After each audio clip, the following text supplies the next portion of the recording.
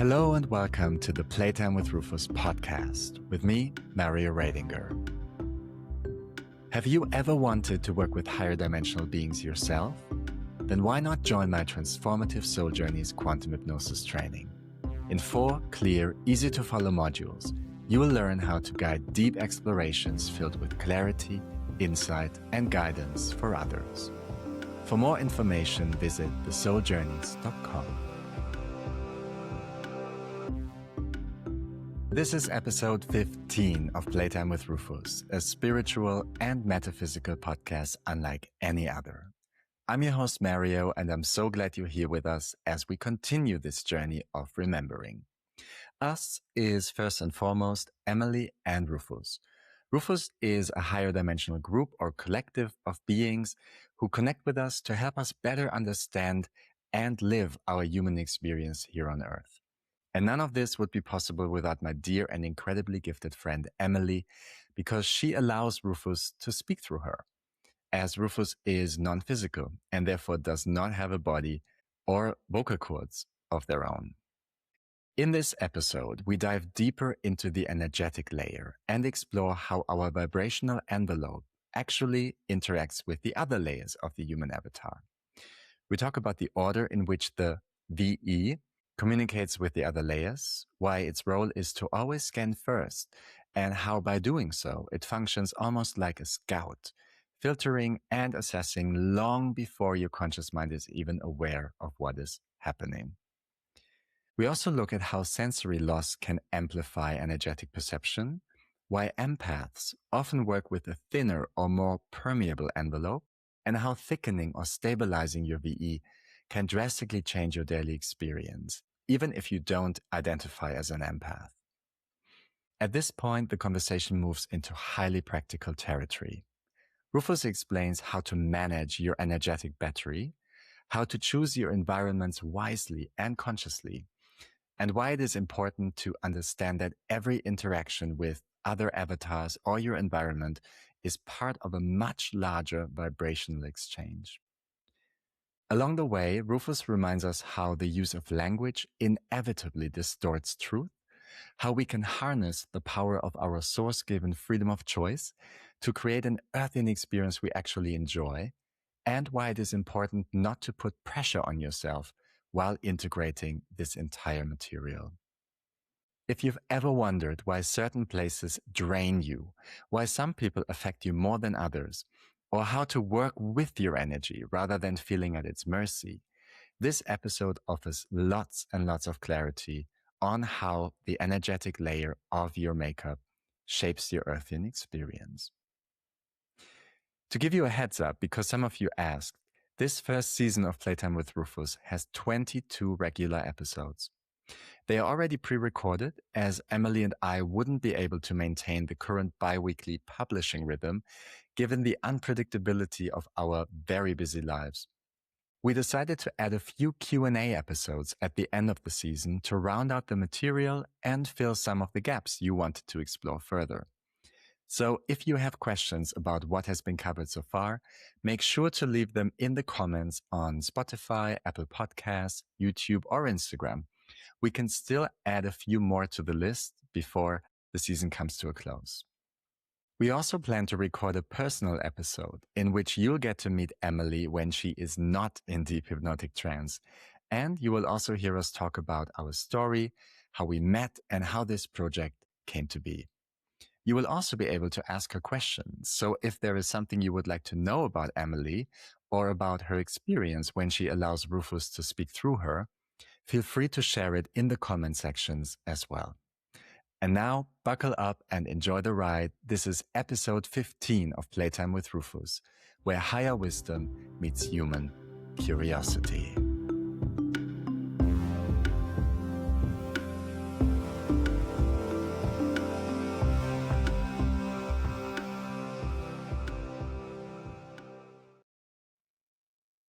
And while this is taking place, while you're simply allowing it to take place, I'm asking you, Emily, are you ready to go into wonderful, deep hypnosis? Then make yourself completely comfortable now and allow yourself to fully relax while you're absorbing.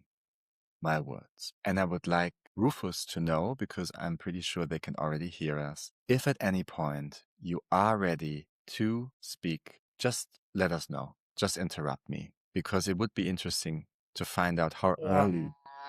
It's Mario. Wow, okay. I didn't expect you to be here that early. Yes, we are. That early. Okay, wonderful. It means we saved a bit of time today with the induction. Okay, we guess it's a good thing for you, isn't it? Yes, it is. Perfect. All right. Well, thank you for being here with us again. And I'm very happy to be able to continue the conversation, because last week we had a break, I believe, from this project. Yes, have we? On our plane, at least. Of course. All right. Is there anything that you would like Emily or me to know? You may have listened to what we discussed before we started. Is there any Yes, we input from have. your? Would you like some input from our end, you Oh, said? yes, sure. In terms of Any of the logistics or aspects we've been wondering about regarding the project and the publication of the material. well, talking about the logistics, because you guys are actually familiar with this realm way better than we are, since you're incarnated in it. We're probably gonna let you decide about this aspect, the logistics. And like we said from the beginning, we do trust you with everything you're gonna put out and how you're gonna put out. We are just here to serve and deliver messages that will be transmitted to the most people of your playtime. So you will know what to do probably better than us in terms of how to reach those people. But if you're asking, because we did hear you mention presentation material, is that correct? Yes.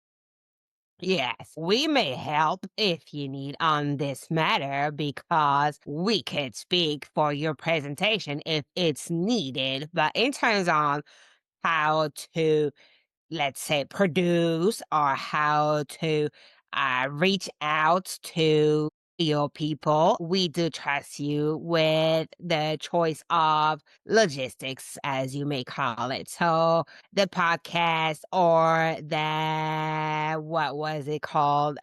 The video on the YouTube channel, that will be also up to you. We are actually not opposed to any aspect of transmission, if that helps. It does. Yes. Perfect. Thank you so much. You're very welcome. All right. Let us dive back in then into the material. Last week, we focused on the VE. That's what we called it, Yes. the vibrational envelope. Yes, we did. And we started exploring this layer of the human self, so to speak, the avatar. And I think it would be good to explore it further today. All right. Last time we talked a lot about the aspect of communication in Yes. that context. And I'm pretty sure there are a lot more aspects to this, especially when it comes to the connection with the other layers we already talked about. I would Yeah. like you to help us understand more today how the vibrational layer interacts and is connected to the other layers. But of course. All right. So let's dive in, shall we? So basically, are we clear on what the VE is, right? We're good on that.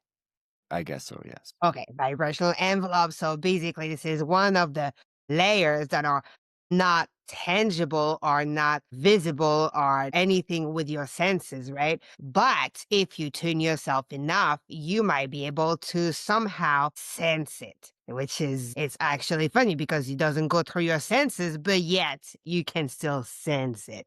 How would it interact with the other layer? So we are referring to the physical layer, the emotional layer, and what you call the mental layer. So how would the VE connect to those layers? This is pretty easy. And we will have to go back to the very beginning of our conversation where we mentioned that pretty much everything, everything is vibration, correct? Do we agree on that statement? Are we understanding just this? Yes, we established that. Perfect. So since everything is vibration, Even your different layers are vibrations, right? So when we're talking about the VE, the vibrational envelope, this is also true for the other layers. It's just the VE is pretty much that capture of those vibration, like a shield, for example. So if you would picture yourself as a human, right, you would know that you're in your realm, that you're tangible, right? You can pulp yourself, you can touch yourself, you're solidified somewhere in that playtime, correct? Well, then, if you will add around this solidified self, kind of a shield that will be thin or thick. We already talked about this, we believe, depending on where you're at. This shield will be actually the VE, the vibrational envelope. And this will communicate through the other layers of your body, just like mentioned, by vibrational aspect. So let's say a signal is sent to you, whether it's like an alarm for safety or something that is actually feeding you or any information that is sent to you, right? Then it will go first through your vibrational envelope. That will be your first sensor, right? Even if it's something sent that can be processed through your senses, the first one, the very first one, the fastest, if we may say, of your aspects will be the VE, right? So it will capture it first, even if the rest somehow can capture it. Let's say you're discussing with Emily right now. If she was not in that state, she'll be perfectly able to see you and to hear you.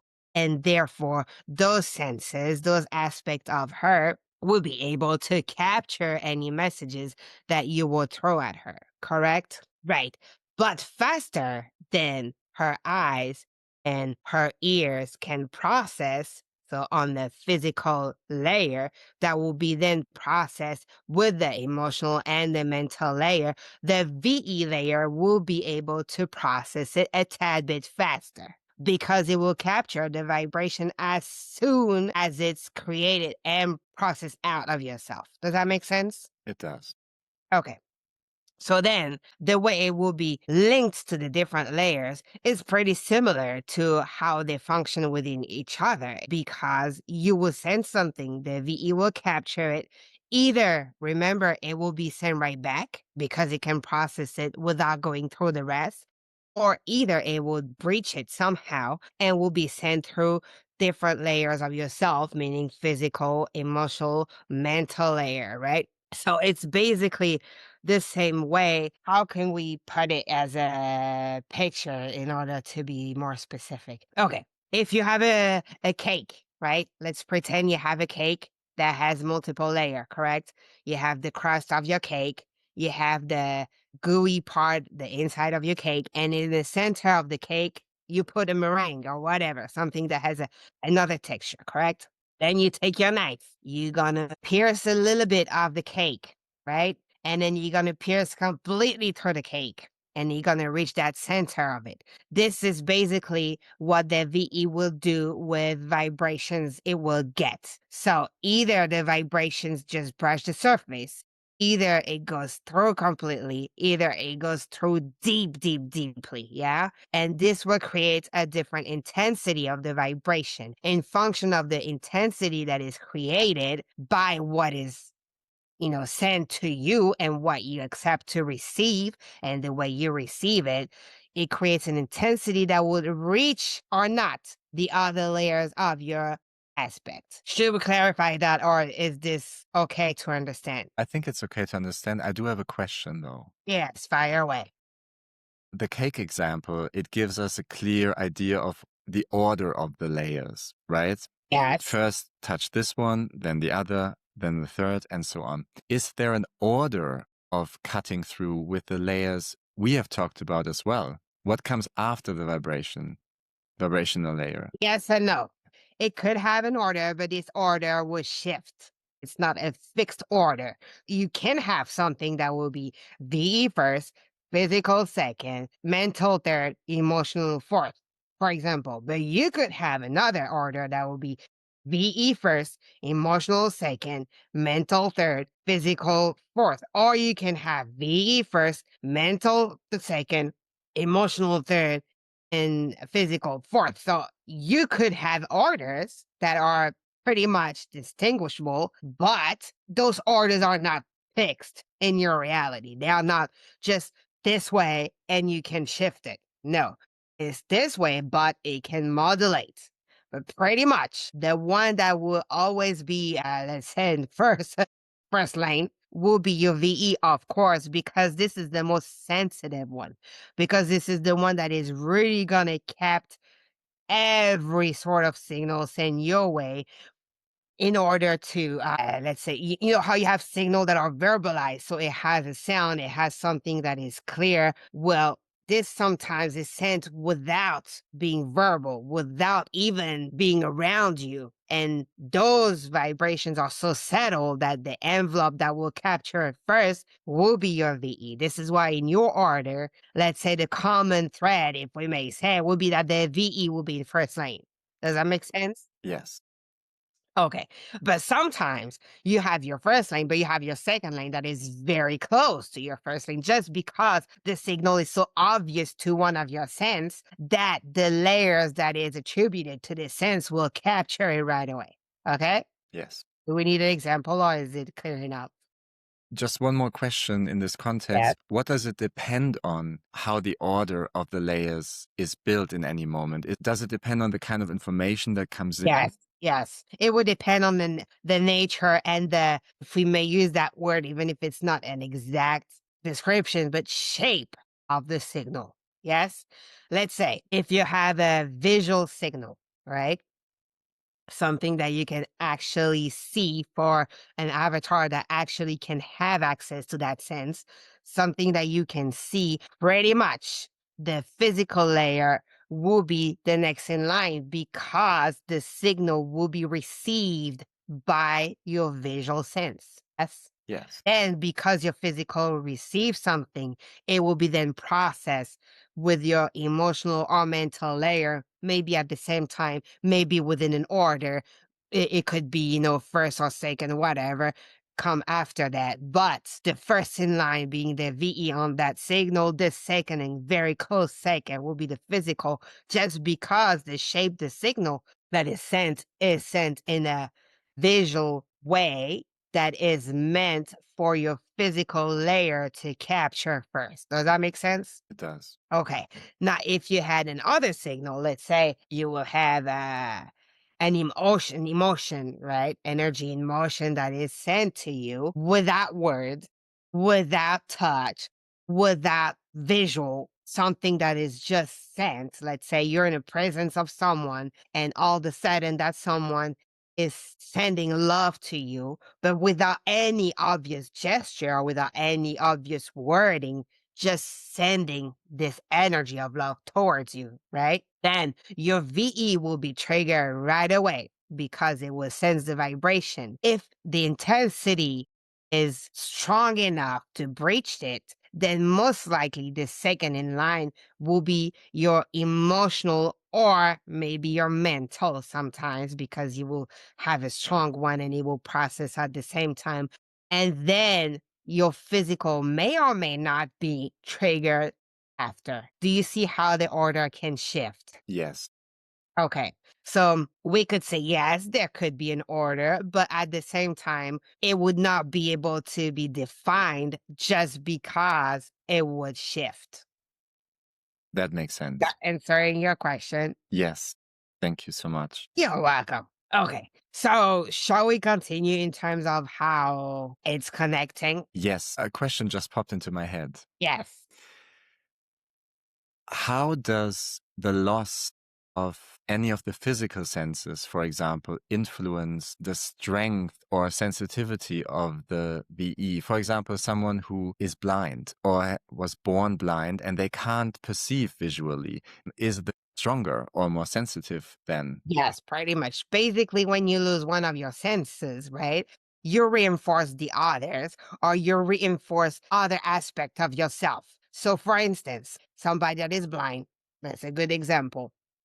will be able to sense the environment more easily, even if they are unable to process it through visual skills, through physical eyes, that will somehow be able to sense and map it in their mind, map it in their physical body, but not through the visual sense. So therefore, that would strengthen their VE in a sense of the signal that will come out of the VE to the other aspect of themselves will be reinforced. So let's say the VE takes on the vibration, right? And will intensify it. So then the mapping, even if it cannot go through the eyes and the visual sense, will be able to connect mentally and emotionally and even physically within the avatar for them to be able to know where they are and how their surrounding is shaped. Does that make sense? Yes, it does. So basically, it's almost like training. When you lose something,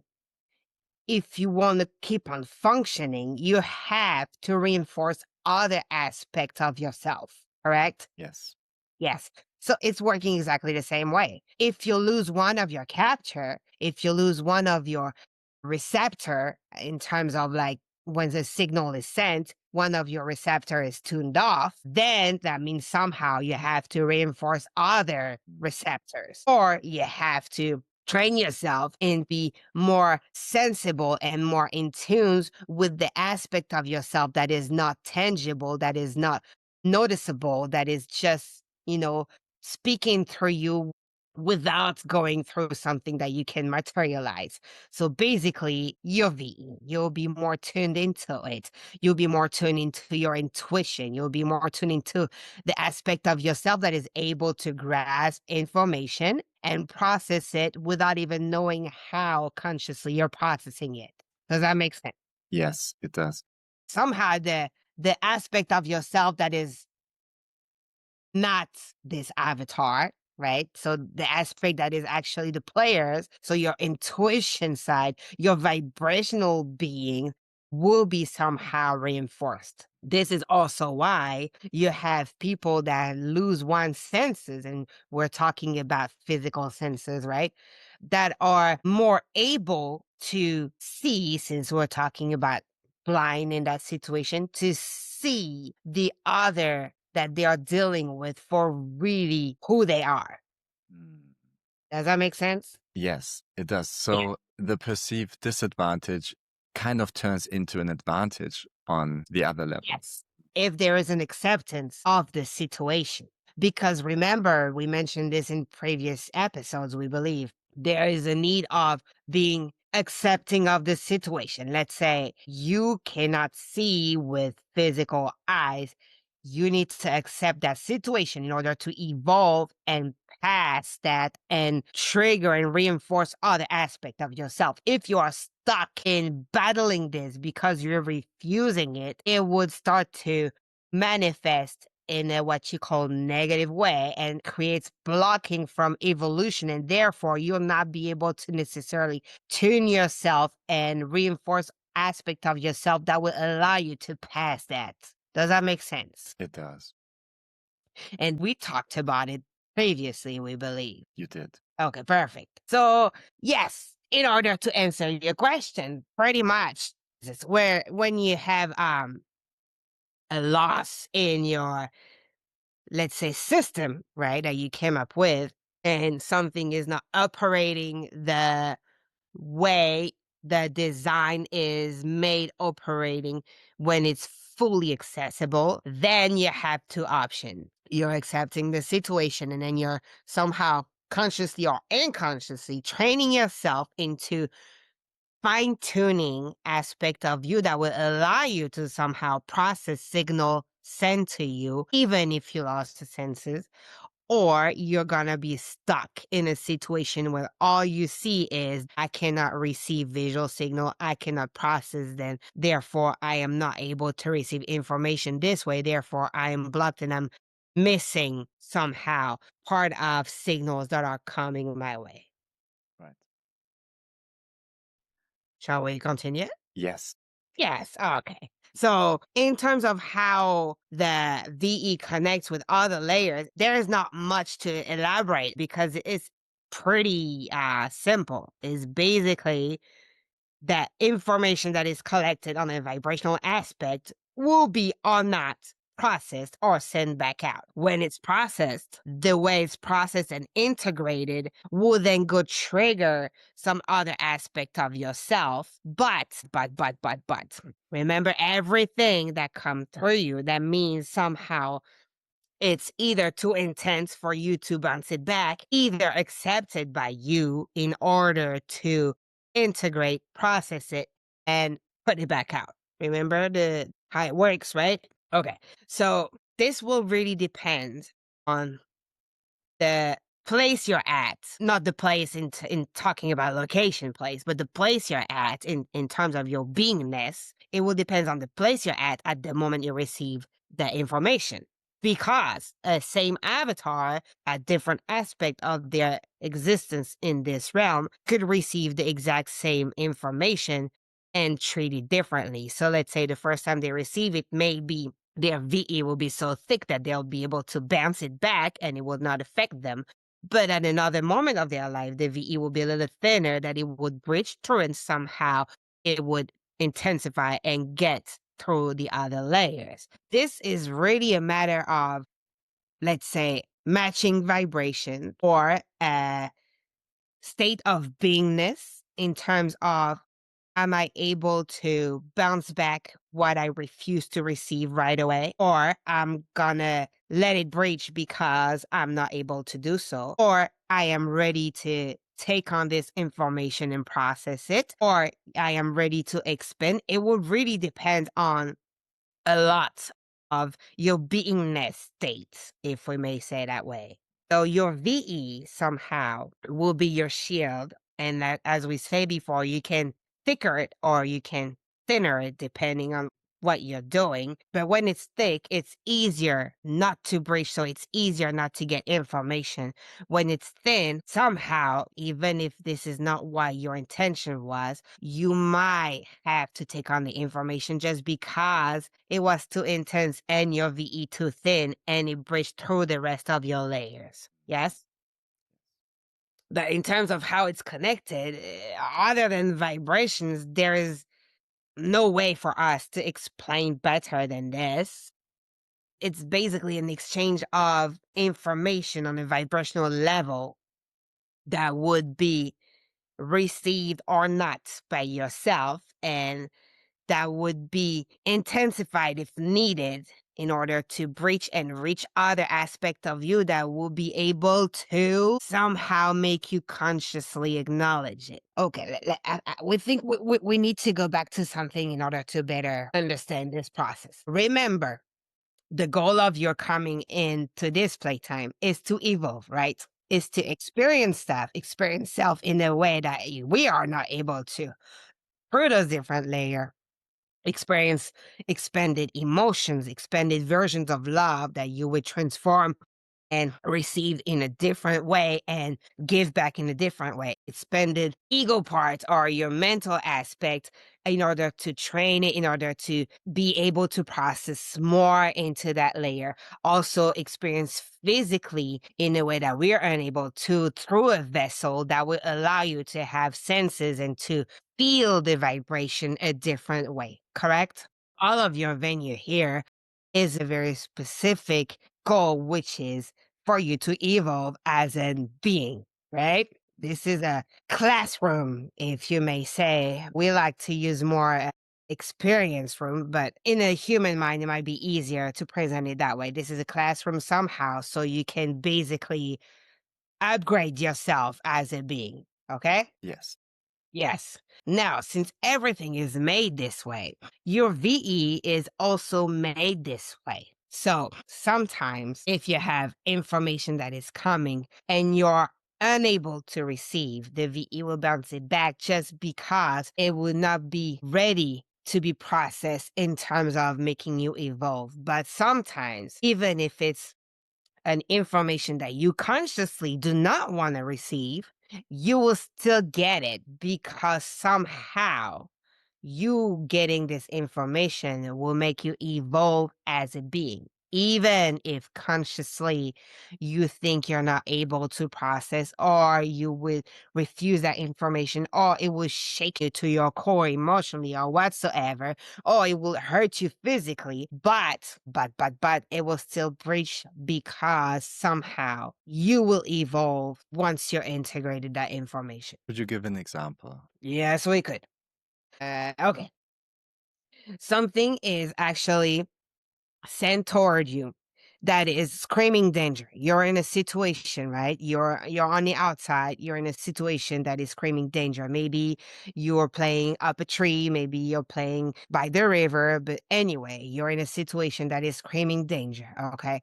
Then your VE somehow is gonna sense all the vibrational signals. It's gonna sense the vibrational from the branch of the tree that might not be as solid as your conscious mind is thinking, the river that might not be as far as your conscious mind is thinking. It will sense all this information, right? And it will send a signal. Okay, there might be a danger. If you're, let's say, not ready to receive that signal because you're decided, well, no, I don't want that information. I don't want to process it because I don't see the danger. I don't feel the danger. But somehow being placed in that danger and showing you that there is danger on a tangible manner will make you grow out of it, because next time you would be able to receive the information. There might be danger.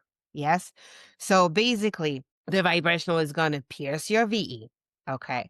It's going to be reaching you through emotions, for example, that could become fear. Let's say, oh, now you realize that you're too close to the river or too high up in the tree, and you're starting to have fear. And it would then send trigger to your conscious mind. Oh, if I'm feeling fear, then maybe there is actual danger. I'm going to calibrate, decide if there actually is a danger and I need to get down that tree or back up from that river, or there is a danger, but if I'm being physically careful, then I can still enjoy my view. Yeah. Yeah. So there is a chain of information triggering now. That conversation, this is why it's almost like everything is communication, because there is constantly exchange between layers, between environment, between beings, between everything. So it's a constant communication process, even with yourself and self. So now you're in this situation. Now you have fear. Okay, you choose to be careful. Okay, you choose to go down. But now let's say you choose to ignore it. You say, well, I feel fear, but I'm going to be fearless because fear is, is no use and it's a fake illusion, and I'm going to go beyond it. Okay. Then next thing you know, maybe you're just going to embrace physically danger, because either you're going to fall into the river, either you're going to fall from that tree, you're going to hurt yourself on a physical layer. And now you're going to consciously know, okay, maybe I should have processed all those information before, should have accepted. And now at least I got the signal. I understand the signal. I hurt myself. Next time, maybe I climb on a little lower branch, or I be more mindful on how the branch is, because maybe this one on my mental layer, I acknowledge that was too thin for my weight, and I would then calibrate better next time. So all of this makes you evolve and prepare you for a next similar situation. Does that make sense? It does. Okay. But the first signal in there was treated by your V, because see, your V is insensible to everything vibrational, that even before you consciously able to say, oh, I'm by the river, I'm up in the tree, this branch is too thin, this river is slippery, and yada yada yada. Oh, I'm developing fear in my emotions. Before you're able to say all of this, your VE, we're calibrating. This tree is there. I get the information. It's vibrating this way. This is high up in the void, is vibrating this way. This branch is made of this circumference, is vibrating this way. This river has the water running that fast, is vibrating this. You see what we mean? Like everything is actually sent through that VE with a very specific set of vibrations that would be interpreted to know which is the very specific signal that is sent your way. Does that make sense? Yes, it seems to be like a scout that kind of checks the perimeter before you actually. Pretty much. Yes, it is pretty much like that. This is where wording is frustrating. But if we acknowledge that everything is vibration and that even in your playtime, everything is vibrations, right? You need very specific sets of vibrations in order to create either situation or interaction or object or food or feeling or whatever. Because all of this is vibration, they need specific sets so they can be distinguished within each other, right? You can have an apple that is different from a person. You can have, let's say, fear that is different from anger. You can have a sandwich that is different from a bottle of water. All of this needs to be a very specific set of vibration in order to be represented a certain way in this playtime. Does that make sense? It does. Okay.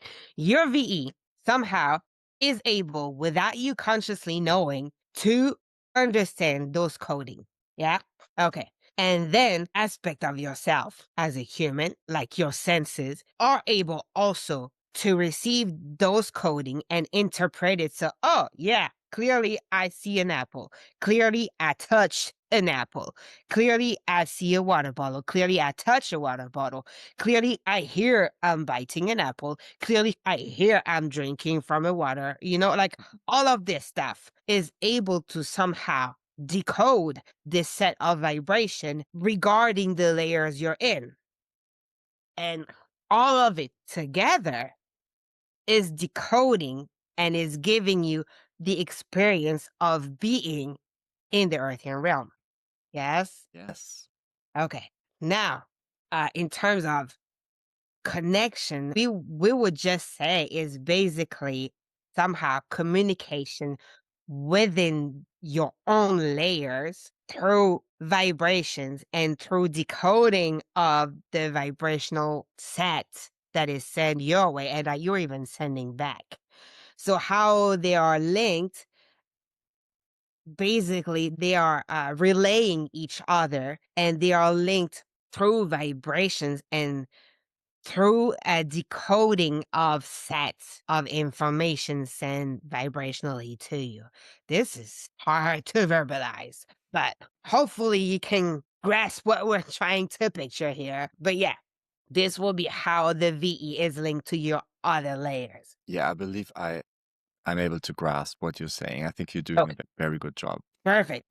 But remember also, we think we touched base on it last time.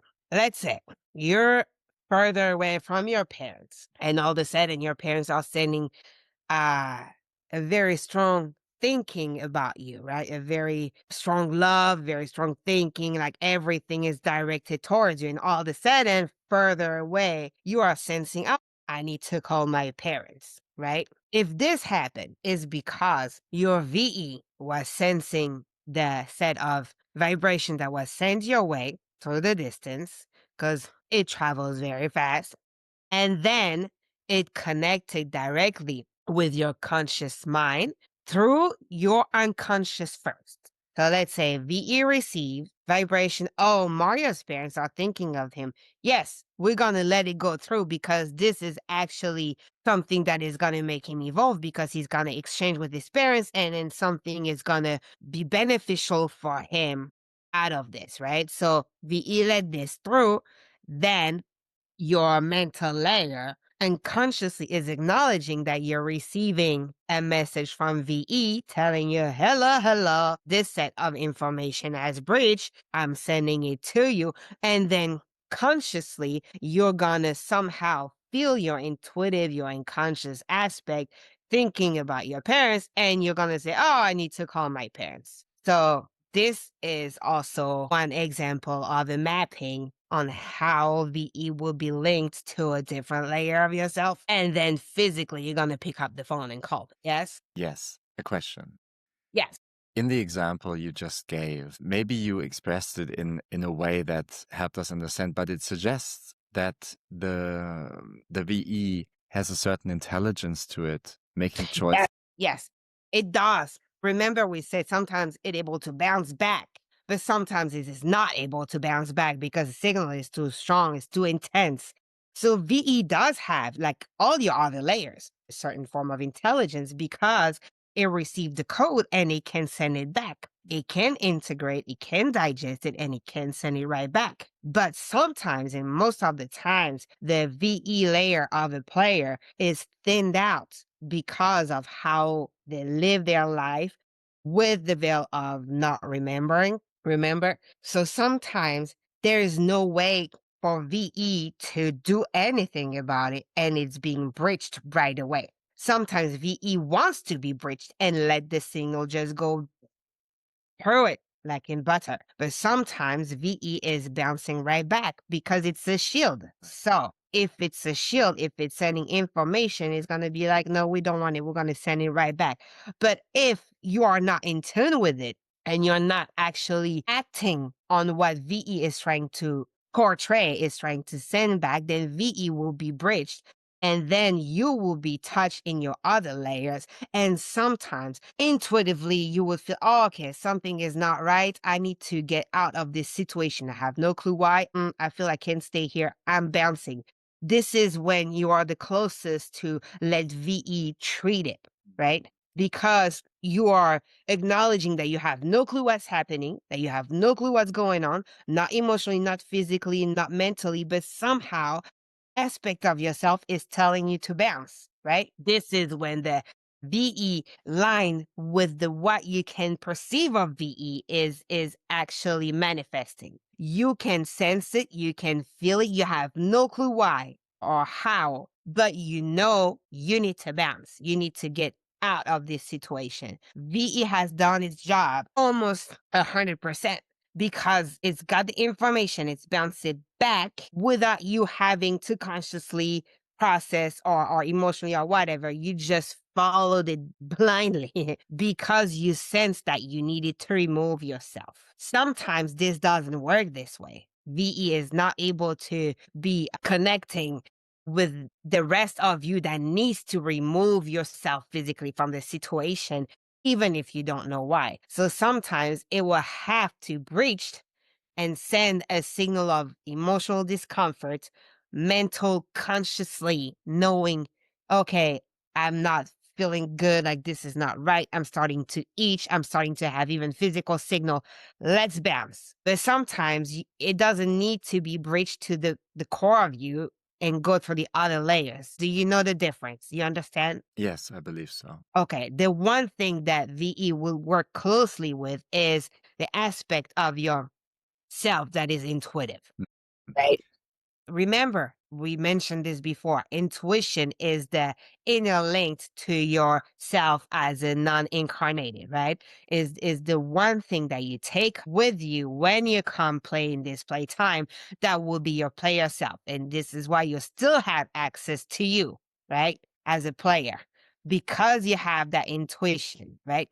So VE will work closely with this intuition, but we mentioned in prior episode if you're not tuned within your other layers completely with this intuition and you're not able to hear it, acknowledge it, and act on what it is, then it will have to be bridged somehow further in order for your other layers to get the signal and get the clue. Yes? Yeah. Thank you for bringing this up. I was just about to ask what the difference is between information coming from the VE trying to get you out of the situation and your intuition telling you to get out. They're linked. It's okay, this will not be 100% accurate, but we're going to go there anyway. But we'll warn you, it's not 100% accuracy in what we're about to say, but in order to phrase it and verbalize it, we're going to go with it. Let's say your intuition could be the house speaker or the representative of your VE. Because intuition is basically vibration capture as well because it's linked to your non-incarnated self that is a vibrational being that is functioning only on vibrations ability to understand and get every code vibrationally sent at you, right? Because this is our language, this is how we communicate, this is how we do. Vibrations is our thing. So your intuition is functioning vibrationally as well. It's just the link that has to somehow code or recode or decode or transmit, however you want to call it, to the rest of you that is incarnated in this physical realm and somehow needs to be known from the other aspect of yourself. So intuition is drawing from us, from you outside of here, and being the bridge in this realm with your own self. But because it's vibration, the VE that is vibration as well, that is speaking vibration language, if we may say that, is gonna be somehow buddy with intuition because they are part of the same, not realm, but the same shape. They are functioning with the same tools, vibrational envelope, speaking vibrations, intuition, speaking vibrations, signal being, sent to either or will be understood the same way somehow because that's their language. Are you following? Yes. Okay. So therefore, the communication between the two is almost obvious because when your VE is sensing, automatically, since it's linked with the other aspect of you, the signal is not going to be transformed. It's going to be sent the exact same way to the intuition aspect of you because it's able to receive it and decode it and understand in the way it's sent. Correct? So therefore, those two will be best bud and will be able to communicate very easily. So therefore, the intuition aspect could be the house speaker for a vibrational envelope just because intuition is closer to the rest of you in terms of like incarnated aspect is more able to somehow spoke to you with words or with image or with something that you will be able to receive other than just pure vibration. For instance, intuitively somehow you get an image popping into your head or you hear, how people say, I hear that little voice in me, okay? Or you have that guts feeling, or you have that emotions that start out of nowhere and you're like, what is this? All of this is somehow intuition that is able to communicate through you using tools that you're able to somehow in this materialistic world make tangible enough so you can grasp them if you're able to pay attention to this aspect of yourself, right? VE somehow don't have those tools. It would be like the shield, it would receive it, but it won't tell you with a picture, it won't tell you with a little voice. All of this will have to go through your intuition, to go through the link to yourself as a player. Does that make sense? It does. So this is why we're saying this is not 100% accurate, but it would serve the purpose if you decide that somehow intuition could be the house speaker or the representative for VE in terms of connecting with the rest of you. Yes. If I understand correctly, he could, however, also go through your emotional layer to give Yeah. a message. Yes, yes. VE will be the first aspect, but then it will keep on going through you if it breaks, right? But in terms of VE getting the signal and sending it as is without anything, it will have to go through intuition. Yes. As soon as VE is communicating with emotions or mental or physical, somehow the signal has been recoded because it has been transformed, it has been integrated within the layers. You're gonna receive it clearly. Yeah. Like translating into a different language. If we may say, yeah. Okay. Yeah, I get that. You're welcome. This is well, okay, let's say this way. Everything that is purely vibrational, purely energy, when you're trying to illustrates or when you're trying to mention it and give a clear picture of what it really is in a world that is using language contrary to telepathic exchange or imprint or something that could be instantly passed without going through words, it would lose somehow veracity. It would lose aspect of its truth. This is why we mentioning it is not 100% accurate. Do you understand that? Yes. Okay. So we are trying to stay as close as we can, but it is very difficult to use words in order to describe something that doesn't function with them. Yeah, I see the problem here. Yes, because it's almost like you're using words that are a set of vibrations, right? That are words, but you're trying to use part of this in order to describe the whole thing Yeah, and its whole aspect of functioning. So it's very tricky. This is why we're gonna put our step and say, careful, warning sign. This is not 100% accurate, but this is as close as we can get with words. yeah. Would it be correct to say that the moment information gets translated from vibration into something more resembling our playtime here, it gets distorted in some way Yeah. or reduced? Yeah.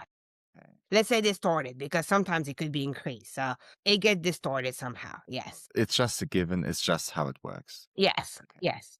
A good example of that would be, when you want to try to tell a story or something that just happened to you this morning to your friend, okay?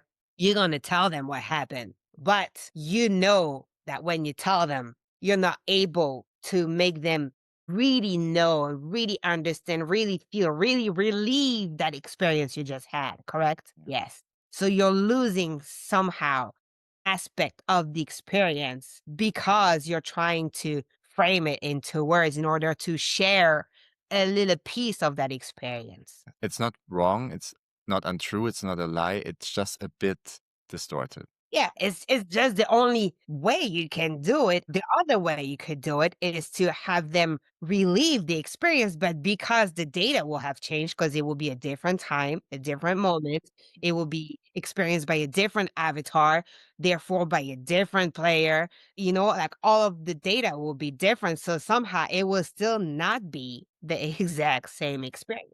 Yeah. It makes sense. Yes. This is why when we say everyone is unique and every human being would need to accept the fact that they will never be truly understood by their peers. Never ever this will happen because it simply cannot. Mhm. It is not designed to make this possible. So when somebody is feeling frustrated because what they're trying to explain is not taking or not understood or not received the way it's given, it's normal. It's because you can't translate with wording something that's been lived with multiple datas, multiple set of vibrations that created a multiple set of coding that would be received by you that is already a specific set of coding, a specific set of vibration. And then you're trying to tell someone that is completely wired differently what just happened. And you're expecting it to be received exactly the way you experience it. This should be mind blowing for everybody. It is not possible. It is not doable. It is just not possible in this earth realm playtime. This not doable. Well, that's a very good piece of information to Yeah. And the sooner you accept this, the freer you get within your interaction with yourself, with the words, with others. I was wondering, the Yes. information we have collected so far, it's super interesting. At the same time, it is quite theoretical. And I was Yes. wondering, is there maybe something we can extract from the VE information that listeners can put to use on a practical level to somehow make their human experience more efficient or more joyful or more fulfilling? Or is the VE mostly something that's just there and you can't really work with it in a conscious way? Well, you can work with it in a conscious way, but it would not be pure experience because you would basically put yourself consciously in a setup that you are consciously expecting to grasp VE. Does that make sense? So it would not be spontaneous. Let's say, okay, we used that before, energetical healing with the distance. We use that. We Okay. did, yeah. Yes. So this is a good example of how VE could be real and tangible somehow, but at the same time is already polluted by the fact that you're expecting something to happen on a vibrational level. Does that make sense? Yes.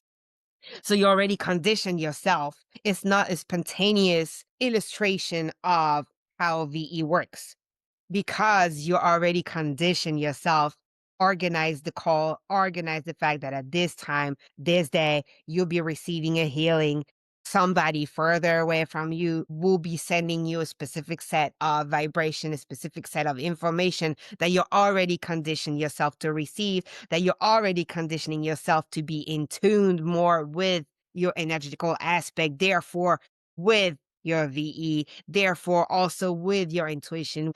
So you're already somehow rigging the game because consciously you're conditioning all this experience in order to experience VE. Yes. So to answer your question, there is ways to do that and to sense VE presence because basically what is VE?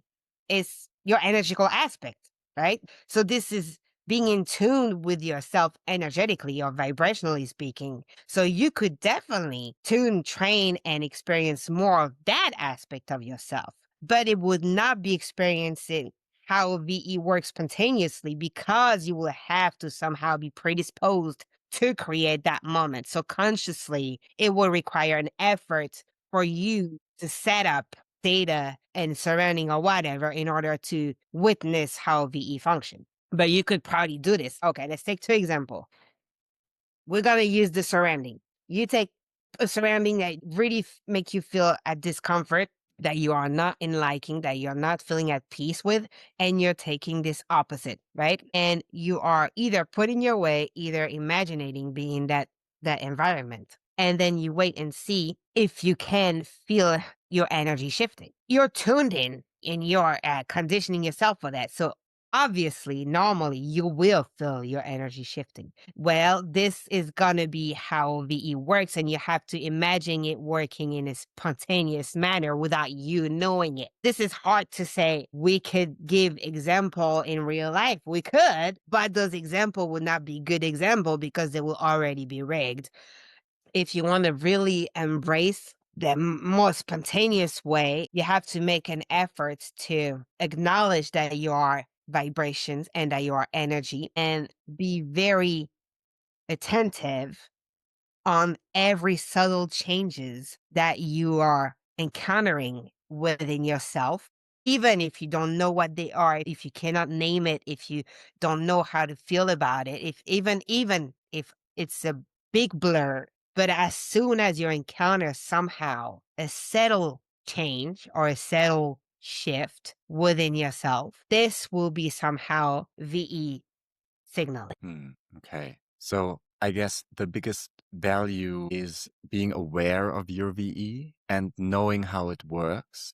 And that's kind of already enough. Like you don't Yes. need to use it as a tool consciously. Yes, that's already enough because if you're conscious there is one, then what you can do is thicken it. Mm, This you can. And you can also be aware when it runs thinner.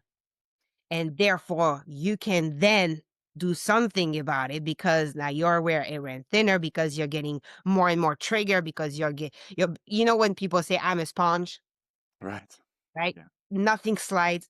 And I'm taking everything. I'm taking everybody's shit. I'm taking every environment. I'm taking everything in, right? Right. This is when somehow their VE is like a, how you call that? Is a drainer. Like, everything passed through. Okay. So if you're aware of that, and if you know now that maybe your energetic shield or your VE might be like somehow thinning, then you can consciously make an effort to thicker it. And you can consciously adjust and consciously take actions in order to make sure it has time to build back up. So let's say if you know you're a sponge, if you know you're absorbing everything, if you know that energetically you're running thin, then what you want to do is not put yourself in situation when you're going to have to absorb disturbing, uncomfortable, or unpleasant stuff because you know you're already a sponge and you know you don't want to have to deal with this because right now, it's like, I can't take it anymore. This is it. Then don't.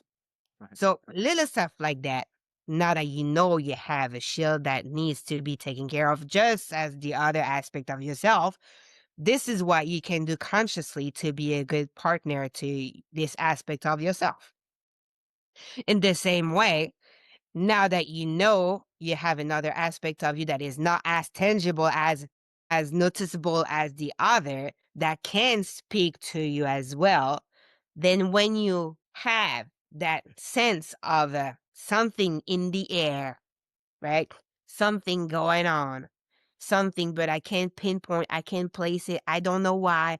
All this stuff coming through, then this is already for you to acknowledge it instead of trying to want to find an explanation, want to know why this happened, why you say that, why you feel this way, what is happening. Just enough with this. You don't need to know everything or to understand or to basically, grasp everything consciously. You can also just consciously know something is happening and accept that you have no clue, that you're in the blur, that you don't know. But because you know now you have an energetical aspect of yourself, decide that, oh, maybe this is what's going on. Maybe my energy, me, is telling me that there is something, that is going on. And even if I don't know why, I don't understand, and I can process it right now on the conscious, emotional, or physical aspect, I'm still gonna run with it and I'm gonna take an action in order to take myself out of this buzzing that I'm feeling, right? Right. Yeah. So this could be also a good way to be a good partner with this aspect of yourself. Yeah. Oh, please continue. I'll ask after. Okay. All of this. Remember when we first started this work, we were trying to figure out how to get in better alignment with ourselves as a human, correct? That was what we wanted to do. Yes. All of this actually is training. Basically, once you understand the concept that you are a multidimensional being, that you have different layers, different of yourself that can work together, that sometimes can work against each other, and that sometimes can work in the complete blur, right? You need to accept that and pay attention to all the little stuff that are happening in your daily life and always decide what you want to experience. Because sometimes you're like, oh, I don't know why I'm saying this, but I want to experience saying this. Or I don't know why I feel this way. Something is in the air, all those stuff. But at the same time, you do want to experience this, and it's perfectly fine. And by all means, if this is the case, stay exactly where you are at this moment. Because next thing you know, for sure, another layer will be touched. So next thing you know, something will unfold somehow in a pleasant, unpleasant way. We don't know. If by all means this is what you want to experience, stay in this. But if you decided that you do not want to experience that you don't like being in the blur, you don't like not knowing what's happening, you don't like not knowing how you feel, you don't understand, all of this is something that you don't want to experiment, then take an action and do something in order not to experience this. This is always getting back into choices, always getting back into actions in order to choose what experience you want to have as a human being. And this always trigger back into the answer to the original question, which is how one aligned with themselves is doing this, is having this constant conversation with self, trying to decide, do I want to experience this right now? Or I do not want to experience that. If I do want to experience this, I'm going to go full on and run with it and see what happens. If I do not want to experience that, then I'm going to make sure to take actions in order to change the experience. But in order to do all this, first you need to be aware that you are able to change those things about yourself and your situation and all this. You need to be aware that choices cannot be avoided, that constantly being in that playtime means making choices. You need to be aware that you're in the materialistic world, meaning actions cannot be avoided. So you need to take actions in order to direct your experience.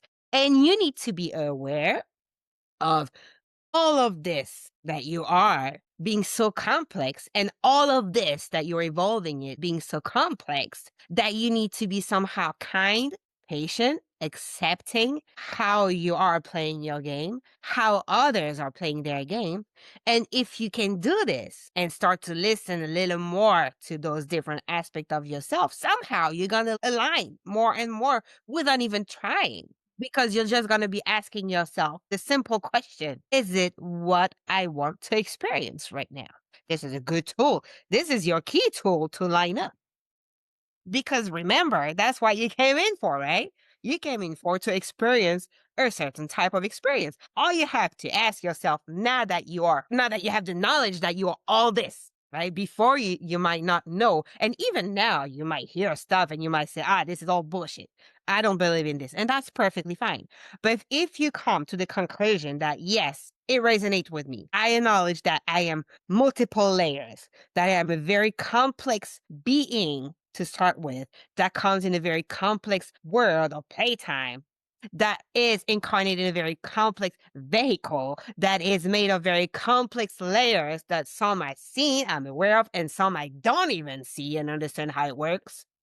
If you can accept all this and be okay with that, then the next thing you have to do is make sure you choose, make sure you take action. And before all this, make sure you constantly check yourself and see, is it the experience I want to have? Simple, but hard. Yeah. Yeah. Well, thanks for emphasizing that one again. I feel that if nothing else, I hope that we help listeners out there to acknowledge that at least. We That, hope to. yeah. We hope to, because this is when we discuss us, like among us, we hear constantly that humans are craving better life, that humans are craving better opportunity, that humans are craving to line up, to manifest better, to experience better, and yada yada yada. But the one thing that humans mainly forget is that everything is there for them to experience more, for them to manifest more, for them to change their own experience. But it has to come from them and from their own choices. There's constantly a choice. It doesn't mean that choices, A and B we like, but there is constantly options. That's the thing. It's like sometimes humans forget that you might not like everything that is offered to you at the moment. But maybe it's because you don't see the bigger picture. Maybe it's because you don't understand that in order to get what you want to experience, you have to go through parts that you won't like. But it doesn't mean it's not going to get you there. It just means that for a while, you're going to have to go through stuff that you might not enjoy. But because you decided you wanted to live that experience, this is unfortunately what you have to do in order to attain this. All right. And sometimes they are like, oh, I don't have a choice. You always have a choice. It doesn't mean you will like the choices that you have, but it means life on earth is a constant choosing. There is nothing else. If you really think about all that you've experienced as a human being from the beginning of your venue here, everything is choices. Yeah. This is definitely something I would like to dive in deeper with you, Rufus, in a later session. I feel like right now, or at least so far, we have been focusing very much on the incoming stream of information Yes. into the avatar through the different layers. And will definitely, well, I would love to go into the outgoing stream as well, into the reality creation aspect of our human experience here. You see. Mhm. While we're in the receiving, perceiving, incoming section, however, I would like to go back to the thin VE layer you mentioned earlier. Yes. I got the impression that those of us who consider themselves empaths are probably very affected by this. Oh, yes. Could you clarify if empaths are naturally having a thin VE layer? Is that what makes them empaths? Or can you be an empath as well with a very thick VE? You can be an empath with a very thick layer. You're just well aware, consciously or unconsciously, of that VE layer of yours. And you're functioning very closely with the intuitive aspect of yourself, meaning with the player aspect of yourself that you brought back on a heavy signal with you in that realm. And you are very, very much aware, consciously or unconsciously, about that VE layer, meaning you know, whether you know it or not, that everything is energy, that everything is vibration, and therefore you're very sensitive to all of this. But it's not because you know mechanically, right? And consciously, that consciously you know that you know. So empath can have a thick layer in their VE. They can have a thin layer in their VE. And actually, they are most likely to have a very fluctuating VE because, like if you're empathic, it's very, very rare. Like we don't even know if it's possible for somebody empathic on this playtime to keep a steady VE just because no human is keeping it constant. When you leave, it fluctuates like this. You have high, you have lows in terms of your own energy, of your own mood, of your own being. Everything is different. You cannot have a flat line or you'll be dead pretty much. But basically, because everything is fluctuating as an empath, there are going to be days where you're going to be able to use your thick layer of VE to boomerang everything, right? Okay, you feel it coming, bounce back, bounce back, bounce back. Or you're going to feel it coming and you're going to take it all in. So this is also where the empath works can be tricky. It's not because you're sensing everything that you have to take on everything.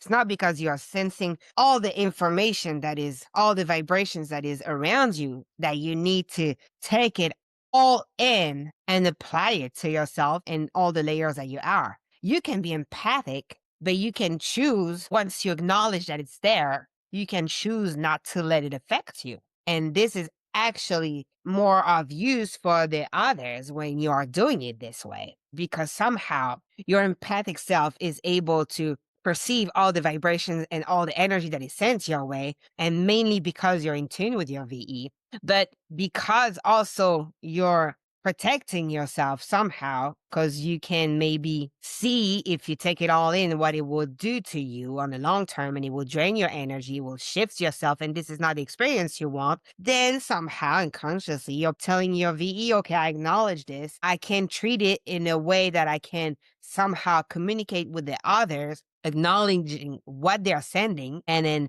trying to help, trying to be of service, trying to send love to them. But at the same time, I won't let this breach because I do not want this as an experience for myself. So it's not because you're empathic that you're powerless to the energy that is sent your way and to the vibrations that is around you. You can totally be empathic and not letting it breach and affect your different layers. I see. You would somehow involve your emotional layers and probably your mental and physical. You would involve them, but you would not let them affect it. So you would not be submissive to it. You would not be a victim of it. You would just use your layers in order to serve or help or send love to the other person that you decided to be empathic with. But you would not let their energy or their vibrations code yourself. Does that make sense? Yeah, understood. But sometimes, and this is when you can also evaluate your VE as an empath, because empaths are pretty much in tune with it. So they should be very good at knowing when VE is running thin. Sometimes empaths are tired or their energy is already low or all their layers is shook. And even if they do not wish to have this experience for themselves where they take it all in, somehow they are, because their VE bridged, because their energetical level was low to start with. So VE was already thinned out that day, and it was very easy to have everything bridged through. Yeah. Because also, and we did not mention this, we believe, or maybe in prior episodes, or tell us if we're correct, if we haven't mentioned this before, your VE thickness also fluctuates with your own energy. That makes sense. Because in function of how you feel energetically that day, if you're recharged, if you're completely deflated or whatever, this will also influence your shield, your VE, because it works on an energetical manner.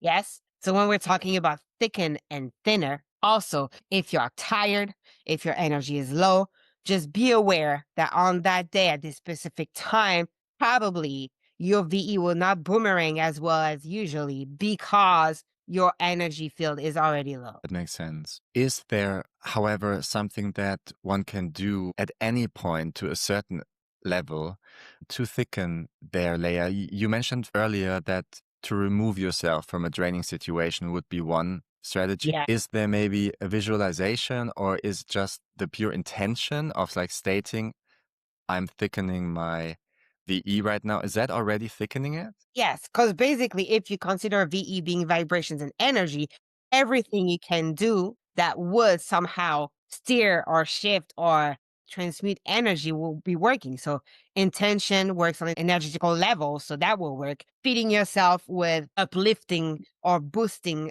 emotional stuff will also recharge your battery. Resting will recharge your battery. And we're talking about energetical battery, of course. So, everything that you know that is actually having some impact on your own energy will automatically impact your VE. Right. So, as someone who lives in the country, for example, if I knew that tomorrow I'm going to go into the city and Yes.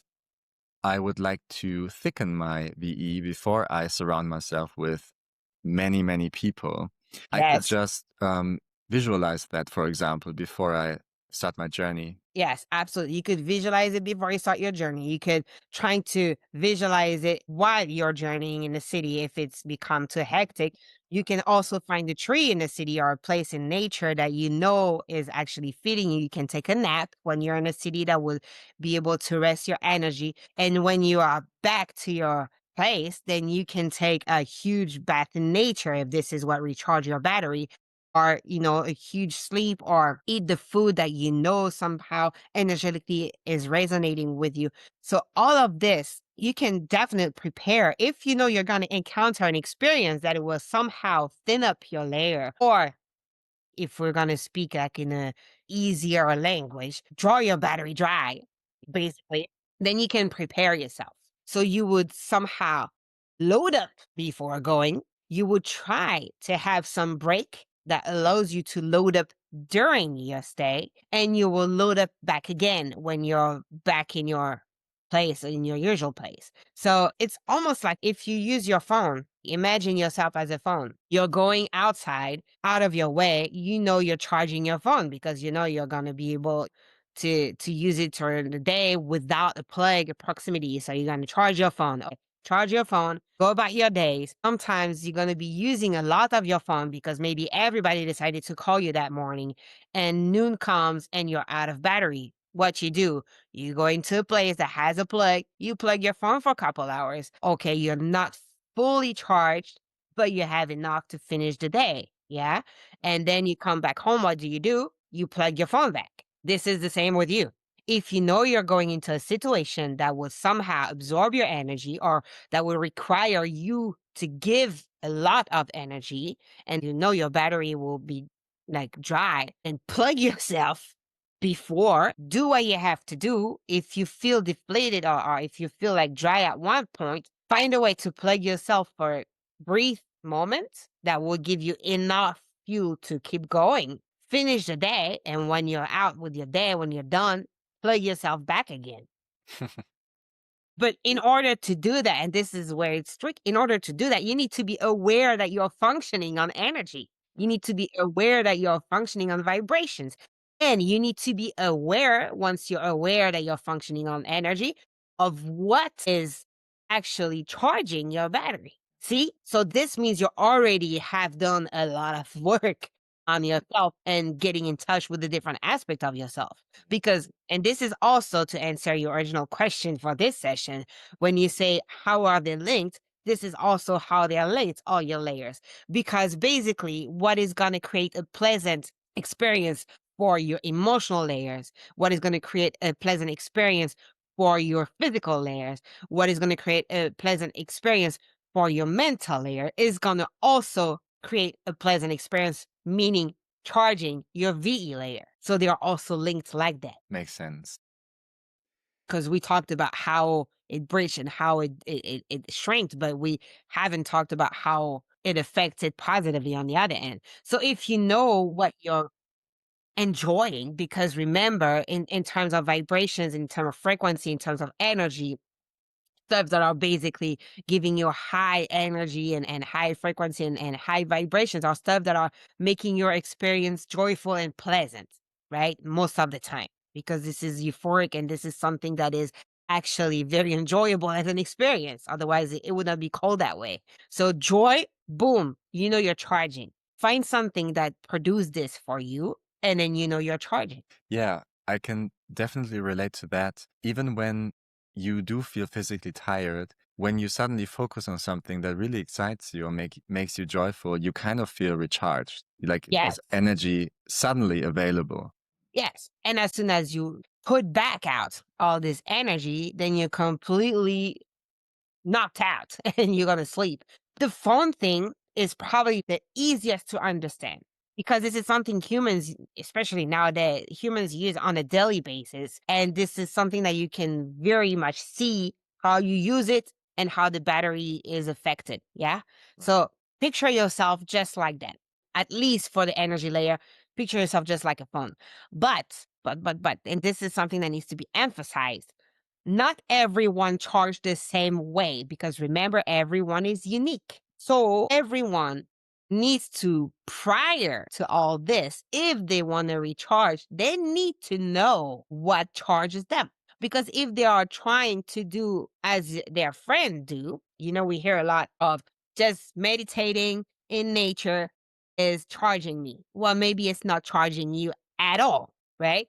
So maybe what works for your friend is not going to work for you. So you need to figure out what works for you. Because if you go in nature, you meditate and it makes you uncomfortable, it makes you frustrated, it makes you angry, it makes you anxious, all of this, those are the opposite of joyful bliss, right? So this is not meant for you. This is not the way you charge. So find a way that is tailor-made to you in order for you to recharge. And there's not one better than the other. Okay? Just need to be tailor-made to you. And I guess your different layers will tell you Yes, works. definitely. Yes. The same as food. If you want to charge on a physical, tangible energy, food is a good source of energy. But depending on which avatar you are, you're going to be charging with this type of food, this type of food, or this type of food. It's not universal. There are two more questions I would like to ask today. Yes. One is going back to the empath topic. From what we've established regarding the VE, it seems to me that every avatar is to some degree an empath because it fluctuates. From your perspective, seen from your perspective, what defines an empath? What is different in the setup of an empath compared to others or a non-empath? As in the way they're functioning within the layer? Yes. Yes. Well, let's start with answering your statement. We agree with that. Somehow every avatar is or can be an empath just because if you take the word empath, we're referring to somebody that is able to grasp on energy. And because your player self is an energy being, that you come incarnate as a human avatar, therefore you're still somehow an energy being, right? Right. So from that on, it's logical that every human being could be an empath if they were wired that way. The difference will be in what you decide to remember when you come to experience and what you build up within your own experience. Because what makes a difference between somebody that is an empath and someone that is not is their ability to tap on that energy and to grasp on the information, even if it's not translated by a more tangible aspect of themselves. Basically, they are able to sense vibrations, to sense energy sent their way, to sense emotions, to sense everything that is not being said in words, in actions, or in physical manner. So basically, this is what we're talking about, correct? We have it right? The definition of empath? Yes. Okay. So what will be different is what they agreed upon because an empath in this realm, in this playtime of Earth, would be basically more in tune with aspect of their avatar, like intuition, like VE, like emotional layers, that other avatar would maybe have less of that. And this will be defined before and during their game. Let's say you want to come and you want to be fully immersed in the game and you want to know nothing about anything else, then most likely you're not going to be very much empathic, because you're going to be able to really rely on what you see is, on what you hear is, on what is, what you can touch is, on all this stuff. But now, if you decided that you want to come and maybe be of service and not play only for yourself, but maybe help others or trigger in others because you came with a partner and you decided, oh, I'm going to be your trigger in this time and yada, yada, yada, then maybe you're going to be able to grasp on some more energetical level to start with. And then as you live through your experience, the way you are taking the information, digesting, integrating, and sending right back can or cannot increase your way of grasping the information that comes to you vibrationally, energetically. The same way, if you come and you have, like, let's say, more ability to grasp on those, but you're living your experience in a certain way that it's kind of like closing the valve, let's say, then you can decrease in your empathic level. So it's not just one way. It can be either way. Somebody that is very empathic to start with can decide that all the experience they have been having with being an empath is bullshit and is hurting more than is making them evolve, and can decide all of a sudden, I'm going to put some big walls and I'm going to shut myself up, and I'm going to decide that I'm not going to let myself be driven by energy or vibration or what I can sense. And I'm going to base myself on only what I can hear, see, what is, and I'm done. And this works because they are acting on it, and because they are continuing their game this way, and because they are reinforcing this aspect of themselves, they are deeming the other. So they're becoming less and less empathic. The other way is possible as well. Somebody that is not that much empathic, all of a sudden they are encountering experience or traumatic events or something, or maybe they hear a conversation, or they're meeting someone, or something is basically gonna bridge them, exploding all their inner world, and they're gonna come to a conclusion growing from that event. Oh, I understand that there is more. I want to learn how to be more empathic. I want to learn how to listen more to emotions to others. I want to learn how to grasp more body language, so more energy, more non-tangible stuff. And then they can basically fine-tune themselves to become more and more empathic as well.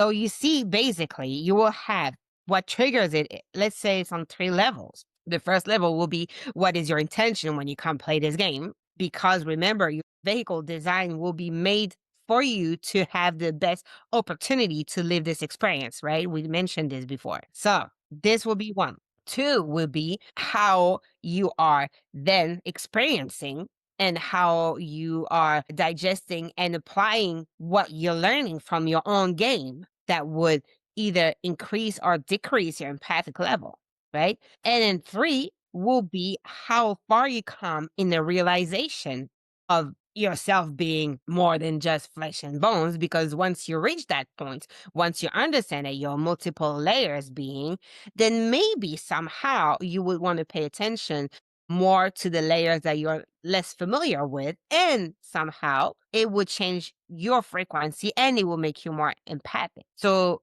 3 levels that would explain those differences. Thank you so much. You're very welcome. There was a question that just popped up, but it went away. Maybe it will return. I will just ask the second question. Yes. This is regarding a pattern that I encounter more and more often in people I interact with, or that I have conversation with. There seems to be a drive for people, maybe a certain group of people, I'm not sure, to retreat in a certain sense from places where a lot of energetic interaction takes place. For example, a city, compared to living in the country and being a bit more isolated, being a bit less or even a lot less influenced by information, energies coming in from the outside. Seen from your perspective, why would you say that is? Why do a lot of people place themselves in a situation where their VE maybe doesn't have to be that busy anymore? Okay. Well, let us correct one thing and you tell us if you resonate with this. First of all, we understand what you're trying to convey, but in our wording, there is not less information in those places. Meaning, if you are in a busy city, and we understand the shift that you're mentioning, We completely understand what you're trying to convey, but we'll just address that because maybe it could be a starter of an answer. If you are in a busy city, you get a lot of information. Yes, a lot's going on, and it seems like there is more energies or more things happening compared to when you're in nature and there's, let's say, no cars, no humans, no housing, none of this. But we will have to say it's not accurate in a sense of you have the same amount of energy going on in a quiet place. You have the same amount of stuff happening. It's just on a different level. In a city, the stuff happening is more on the materialistic stuff. You're going to see constructions. You're going to see a lot of humans. You're going to see a lot of noise. All of this is going to be, let's say, a busy, what you call busy living, right? If you go into nature, you're going to have the exact same thing happening, but it will be on a different level. You're going to have trees, a lot of trees communicating. You're going to have a lot of stuff happening in the ground, being like bugs, like grass, like flowers, plants, all of this is going to be the same busy life, if we may say, but the perspective of it as a human is going to appear still or quiet or calm, correct? That on an energetical level, it will be as busy. It will just be placed on a different aspect of the energy spectrum in terms of frequency and vibrations, highs and low. Yes? Yes. So, to answer your question, a lot of people are perhaps deciding that they finally understood what fueled them and what they needed for them to feel energetically satisfied and to have the experience that they are wanting to have,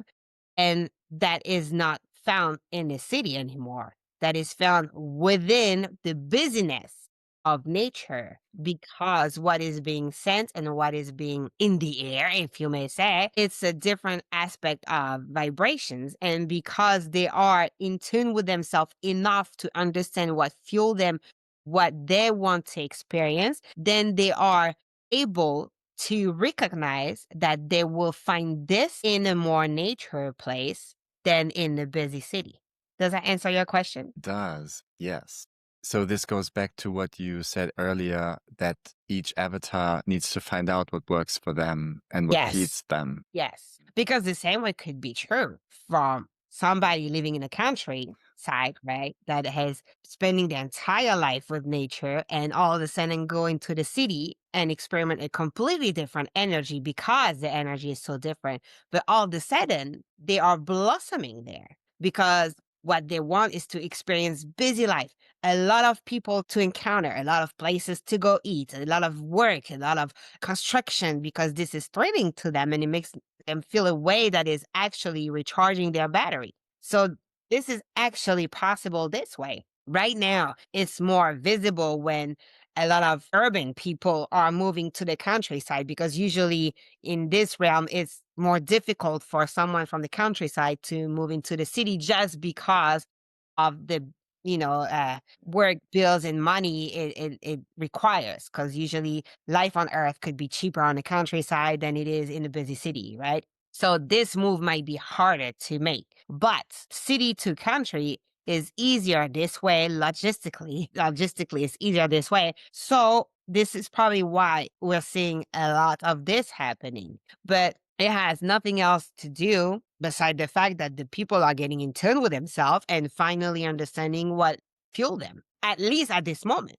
Because it doesn't mean that somebody making the move from the city to the countryside, once they spend, let's say, X amount of time in the countryside and leave with the busyness of nature, at one point, they're like, okay, I'm charged. Now I want to go back to this. True. Because nothing is rigid, nothing is fixed. Everything, if you're in evolution playtime in an evolutive game, then nothing is never set in stone, as you say. It can always shift one way or another. Yeah, thank you for clarifying that. You're welcome. Those were my questions. I don't have any more right now. And we're very good with the time. I think that would be a good moment to conclude for today. Okay. Unless there's something that you would like to add. I know we'll have the opportunity to continue this conversation, of course, and even stay with the VE for a bit longer. But for today, do you feel like there's something that wants to be mentioned or clarified or added to what we've collected? Well, one thing that we talked about a lot, because we also have the previous episodes in mind as well. So we're looking at it as a bigger picture from the beginning until now.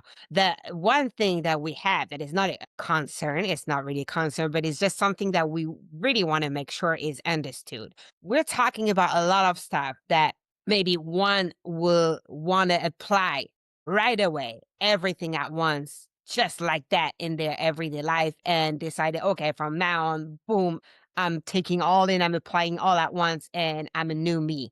This is something that needs to be gradual. The first step will be to acknowledge that you are a multidimensional being, that you are with a certain complexity in your existence and in your surrounding. Okay. And that everything that you're going to understand and every information you're going to take in, digest, integrate, and want to put back out, you would not do it all in one day. This needs to be a gradual thing, because if you are somehow submerging yourself and asking yourself to make a complete change in no time, because you're somehow have time in your play date, if you are trying to accomplish this, you're going to do more damage to yourself than good. This you will take, you would run with it. And once you understand and if you resonate with all of the material, then really make sure that you are not pressuring yourself to apply everything at once just because you feel the need of lining up with yourself, right? You have time for it, okay? This is something that you came to experience, but this can take as long as it needs to take. One thing that is somehow one-on-one or required material if you want to upgrade in that area, let's say, is to really completely understand what you are. And what you are, and we're sorry to break it to you guys if you are not resonating with this, you're not just flesh and bones. If you can grasp that concept, if you can accept that, you're already on the path of lining up. Everything that comes after that needs to be applied gradually. And this we emphasize just because we have seen so many of us coming to this playtime and getting back to us and being like, oh man, somehow I damaged myself because I pressured myself too hard because I wanted to change so fast. And I wanted to completely destroy my experience to create a new one. Mm. Okay. This will be gradual. And also, because you're starting to make a shift within yourself, expect that others, or at least your interaction with your surrounding and therefore with others as well, will shift as well. So this is also sometimes very tricky because you are changing, evolving, you are taking this information in and out, but because you're taking it out, you also have to accept the way other would need to receive it, digest and integrate and taking it out themselves. So sometimes you can find your relationship with people or with situation that you have established for a long time shaky or completely exploded, or to the contrary, completely reinforced. And this is okay. This is also part of it. So this is why we're mentioning gradually, because it's never good to basically put all the steady how do you call that, marks that you've made for yourself in your experience up until now. If you explode everything that is actually solid for you and that is actually allowing to have a certain structure in your own game, this could be more damaging than good. So really everything that we're trying to convey is to help you understand yourself as a human being in this playtime better, and to see how big your margin of maneuver is, and to really have that in mind and in body and in spirit and in all aspect of yourself, that you are able at any time and point to make a shift and to change your narrative and therefore manifest differently and have a different experience of the one you're having, if this one is not enough pleasant or tailor-made for you as you feel. But in order to do that, we would like to warn you, put a big warning and say it's not because you're going to hear a lot that you need to apply everything at once. Okay. This can be gradual. And in order to serve the purpose of what Mario and Emily are trying to do in terms of bringing awareness on how one can align better and manifest a better life and evolve, right? This will be best to align little by little compared to force yourself to apply so many changes at once that you think you will align right away. And then it's going to be so shaky ground in everything you build up until now that your alignments will not last 2 minutes. Are we clear on that? Is it something that we're conveying right, Mario? Do you understand what we're trying to say? Yes, I think this is excellent. Okay. Yeah. Perfect. Because we're fully aware that people you're gonna draw to this, they're probably already within the process of, evolving and consciously making that effort. But also we know how impatient humans can be, right? And we really want to emphasize and remind them that the first one they need to be kind with is themselves, and therefore no pressure, right?